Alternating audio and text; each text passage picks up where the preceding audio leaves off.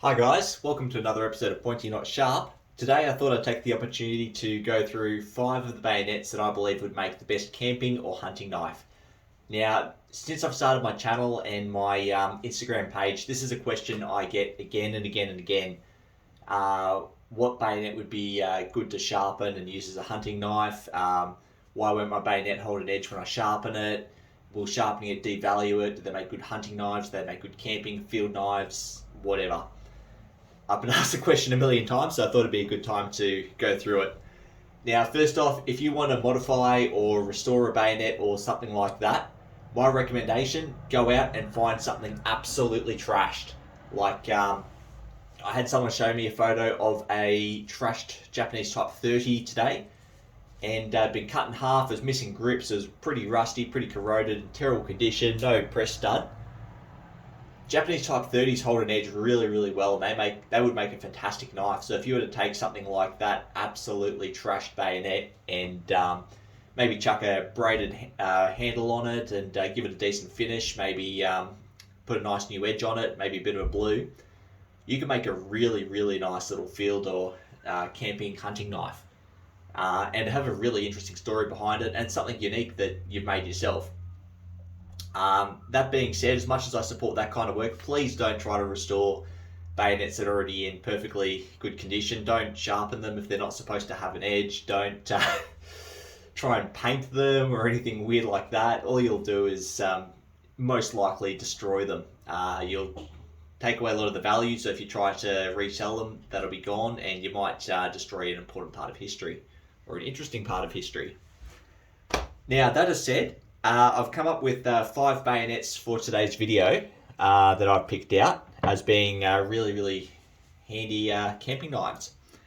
I've got a bit of a criteria. They had to be reasonably accessible, so something that anyone can go out and get their hands on or find relatively easily. They had to be relatively affordable, so I can't remember the name, but that finished bayonet would make an absolutely awesome hunting knife, but they go for stupid money, and I can't afford one, and I can't get access to one either. Otherwise, they'll probably make this list. They have to be able to hold an edge. Now, a lot of bayonets aren't designed to hold an edge, like the STG 57 bayonet, Swiss. Gorgeous bayonet, fantastic thruster, fantastic stabber. If you want a pig sticker, it will do the job. But if you try to sharpen it, it will not hold an edge. It won't stay sharp for a minute. So all the ones I've picked have to be able to hold an edge for a decent amount of time, and you have to be a bit robust about it. They also have to be relatively handy, so you'll notice I've got the M9 out here. If you're familiar with that, you'll know it's got a couple of different applications, and it's handy for a couple of different reasons. And finally, and most importantly, taking them out, bashing them around, using them, you won't be destroying something historically significant. You won't be destroying something that's irreplaceable. So not that there's too much stuff out there that's like that, because there's a fair bit of everything at the moment, but some of the older ones, like the older KS98s with the sawbacks, they're incredibly hard to find, incredibly expensive, and if you destroy one, there's not that many of them out there. It's a bit sad to see them go. You'll break a couple hearts. But without any further ado, I'll crack into my 5 picks for 5 of the best bayonets that make a good hunting knife. So obviously the first is the M9, and if you've seen my other videos, you're probably very familiar that I hate this bayonet. I think it's a piece of shit. I used it during my time in the army, and it's big, it's bulky, it's heavy. The tang only comes down to about where my thumb is, so it's prone to snapping. It's got a wire cutter in it, fantastic, but it's not insulated, so the pommel is connected to the blade, so if you try and cut electrified wire, it's not insulated, you will shock yourself. That said though, they're my detractors why I personally don't like it. A lot of people love it. It's a big Rambo-ish looking knife. Big fantastic edge on it. It's quite sharp, very strong, very thick, very solid. Got the sawback, you got your wire cutter, you got your pouch on your scabbard, very durable, solid scabbard, wire cutter up the front, and on the back, you've even got a sharpening stone. Come on. So as much as I disliked it and I didn't particularly like having it outfield, if you're out hunting or camping, you're probably not going to be living in the scrub for a month, and the size of it's probably not going to be much of an issue, and you're not going to have the same issues I had, that it doesn't fit onto your molly, onto your chest rig.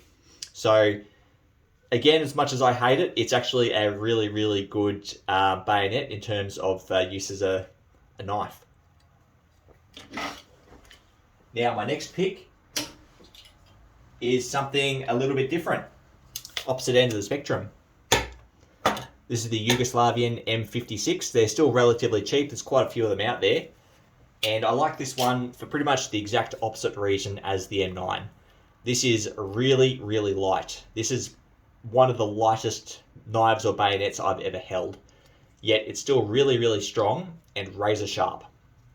Double bladed and quite rugged. Comes in a little steel scabbard. And you could just stick that on your belt and it would be a fantastic little knife. You could use it for whittling, cutting, anything. It's fantastic. I mean, during the Yugoslav wars in the 90s, or the Bosnian wars, these were used as combat knives because they're just absolutely fantastic. But yeah, definitely my pick for number 4, and definitely opposite end of the spectrum to the M9.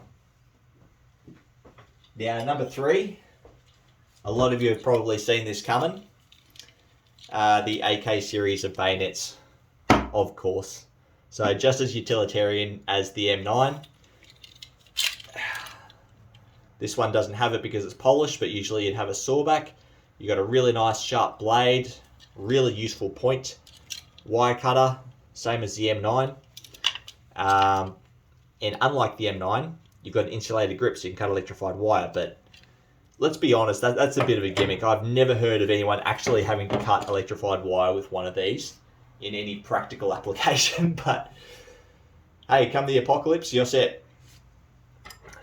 It's also got a really solid pommel that you can use as a hammer, so you can smash it down. It's got a nice flat surface. You'll be able to knock in tent pegs and anything else, hammer nails, and you won't have to worry about damaging it. It's really, really solid. These are extremely cheap, extremely accessible, and yeah, you can find them anywhere. Definitely deserving of my top 5 today. Now, the last 2, my 5 picks today are a little bit American heavy, and maybe that's because America makes a really good utilitarian knife. Probably just as good, if not better, than a lot of other countries. So my next pick for number 2 is the M7. Now, initially, I didn't like the M7 when I used it in the army. I thought it was clumsy. It didn't look particularly good, but it's got a really, really big handle with a fantastic grip on it. Really nice big crossguard for protecting your hand. Very, very strong and razor sharp blade. You can sharpen these things really, really sharp. You'll notice this one has a chip. It's seen a lot of use, but it's a really rugged blade. You can get them wicked razor sharp. Fantastic stabbers, fantastic cutters. Flat pommel you can use as a striking face as well. All around, just fantastic bayonet. Of all the bayonets in my collection, if I have to do something around the house, like open boxes or something like that, this is the one I reach for. This is the sharpest of the lot I've got, and the most handy, the most ergonomic. So I can't rate this one enough.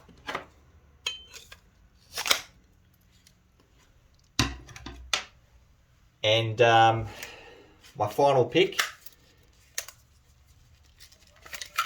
pull it out here, it's the US Marine OKC 3S.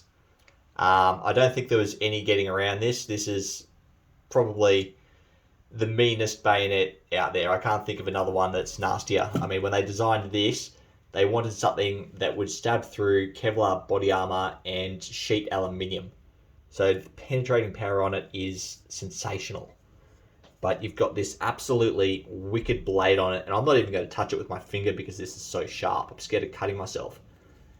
And it runs along the true edge and the false edge, halfway, or what's that, like 40% down the blade.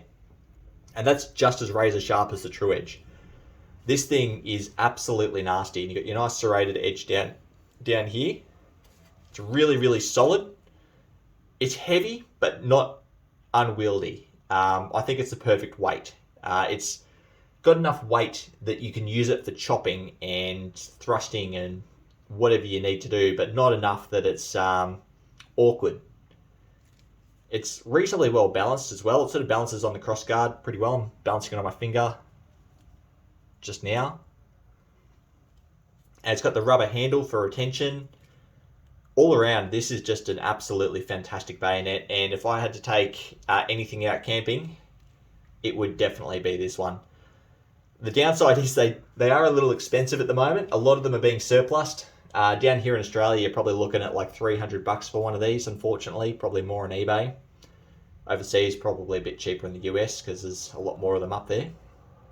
But I highly recommend you get your hands on one of these before they sell out, because they're not going to sell forever, and we're going to see a repeat of what we had with the M9, where they just got stupid expensive.